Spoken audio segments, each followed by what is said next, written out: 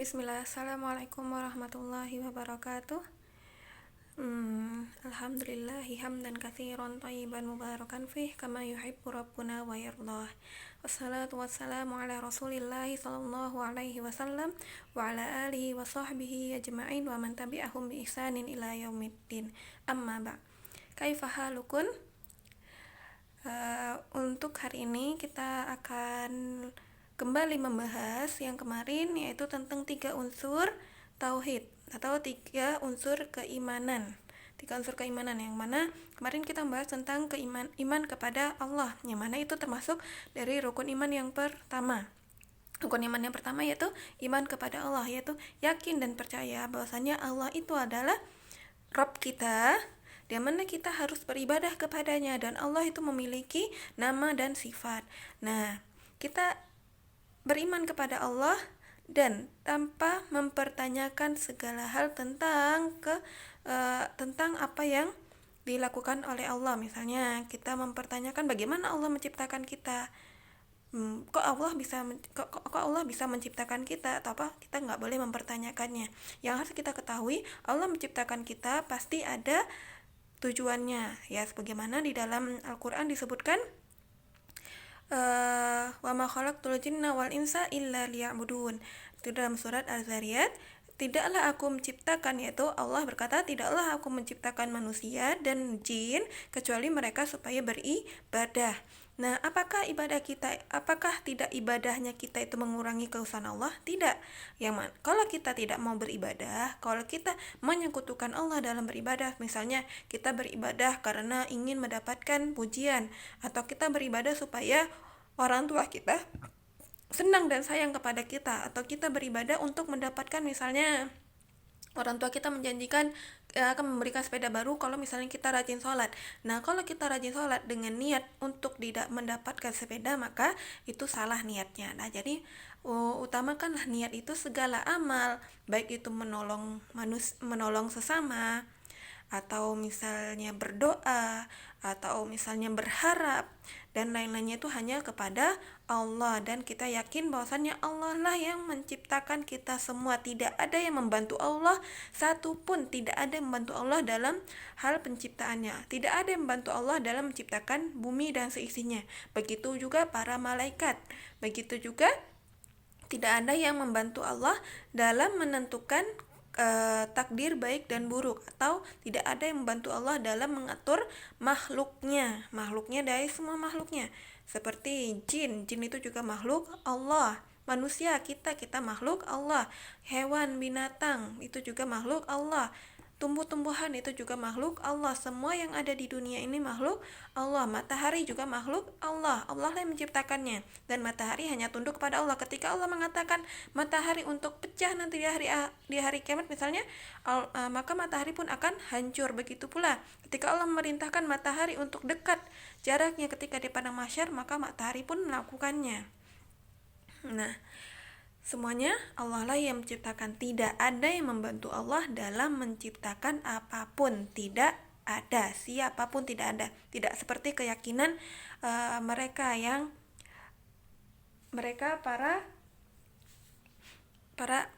menyekutukan Allah. Mereka yakin bahwasannya di sana ada misalnya beberapa Tuhan yang mereka yakini. Ada Tuhan yang mengatur bumi, ada Tuhan yang mengatur langit. Habis itu ada Tuhan yang mengatur misalnya anak-anak yang baru lahir, ada Tuhan yang mengatur anak-anak yang misalnya, ada Tuhan yang mengatur penciptaan, ada Tuhan yang mengatur dalam masalah misalnya malapetaka, ada Tuhan yang mengatur dalam masalah memberikan nikmat. Nauzubillah min dzalik. Kita tidak boleh meyakini hal-hal seperti itu. Nah, kita akan bahas kembali tentang 3 unsur tauhid atau 3 unsur keimanan, yang mana apabila salah satu unsur ini, yaitu tauhid rububiyah, yaitu keimanan kepada rububiyah, keimanan kepada uluhiyah, atau di sini kita bisa mengetahui tauhid uluhiyah. Tauhid sendiri yang akan Ana beritahu nanti, insyaallah akan Ana kasih tahu artinya, ya. Nah, dan yang terakhir adalah tauhid asma wa sifat. Yang mana apabila salah satu dari 3 ini hilang, maka tidak akan diakui keimanannya oleh Allah. Tidak akan sah keimanan seorang hamba apabila salah satu dari 3 unsur ini hilang. Dan sebagaimana sebagian manusia Ada yang percaya yang terakhir ini bukan tauhid asma wa sifat, namun mereka percaya yang terakhir ini adalah tauhid mulkiyah. Mulkiyah itu nama Allah sendiri. Mulkiyah itu dari kalimat malik, mulukun, yaitu yang memiliki kerajaan. Nah, mereka percaya yang ketiga ini bukan tauhid asma wa sifat. Mereka menafikan, mereka meniadakan tauhid nama dan sifat untuk Allah, malah mereka menggantinya menjadi mulkiyah, yaitu kerajaan. Allah lah yang memiliki kerajaan. Namun apa bedanya mulkiyah dengan rububiyah? Mulkiyah saja termasuk dari rububiyah. Allah lah yang memiliki kerajaan. Allah lah yang memiliki dunia dan seisinya. Allah lah yang memiliki nyawa hamba di tangannya dan segalanya. Nah, nauzubillah min dzalik, apabila antum mendapati misalnya definisi tentang tauhid mulkiyah, maka itu adalah tauhid yang salah dalam mengartikan 3 unsur tauhid tadi. Nah, baik, pembahasan pertama adalah apa itu tauhid. Tauhid artinya artinya sedikit berbeda dengan i'tiqad, yaitu akidah, yaitu yakin dan percaya. Tauhid adalah mengesahkan, wahada yuwahidu, yaitu mengesahkan hanya satu-satunya, tiada selain dirinya. Nah, itu maksudnya. Jadi tauhid adalah mengesahkan Allah Ta'ala dalam segala hal.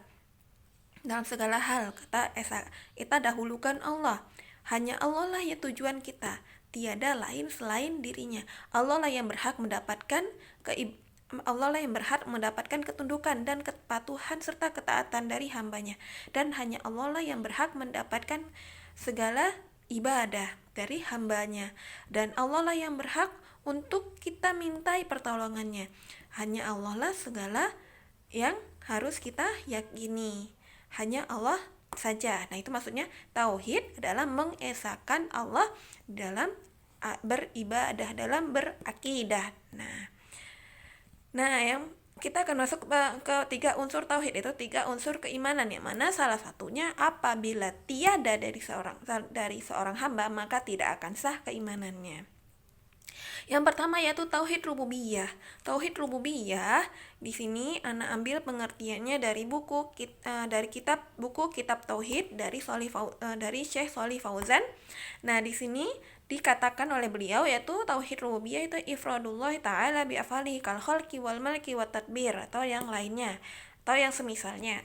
Nah, tauhid rububiyah yang sudah antum ketahui kemarin adalah kita meyakini bahwasannya Allah lah Rabbul Alamin. Allah lah yang menciptakan segala yang ada di muka bumi. Allah lah yang memberi rezeki. Allah lah yang menjaga kita, dan Allah lah yang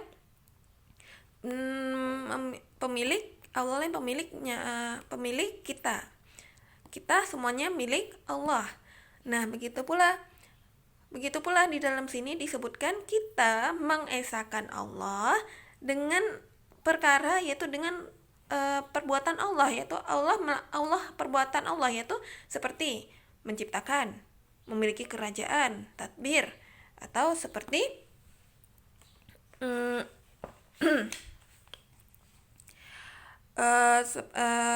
mengatur. Tadbir ini mengatur.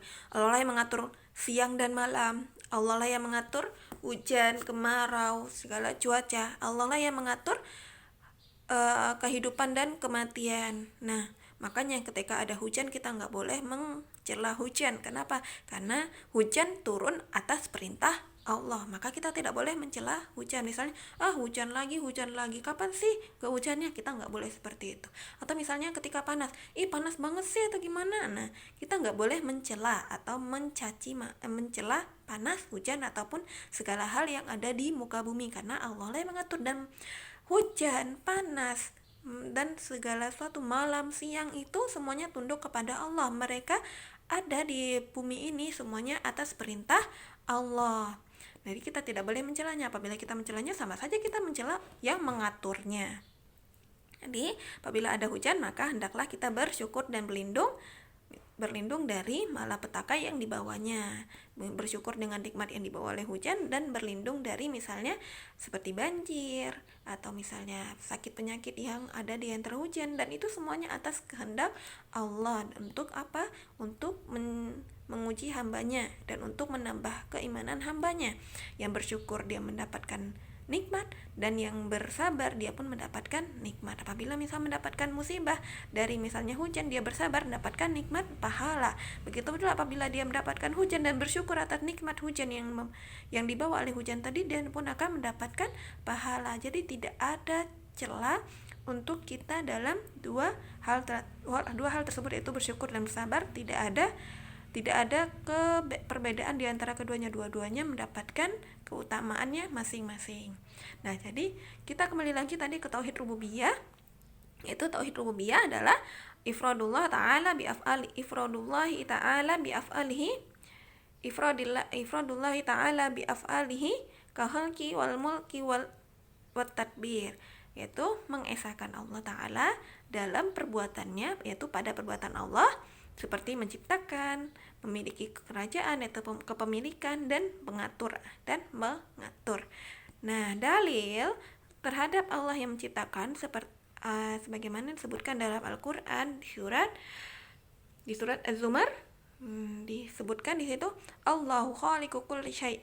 Allah lah yang menciptakan segala sesuatu.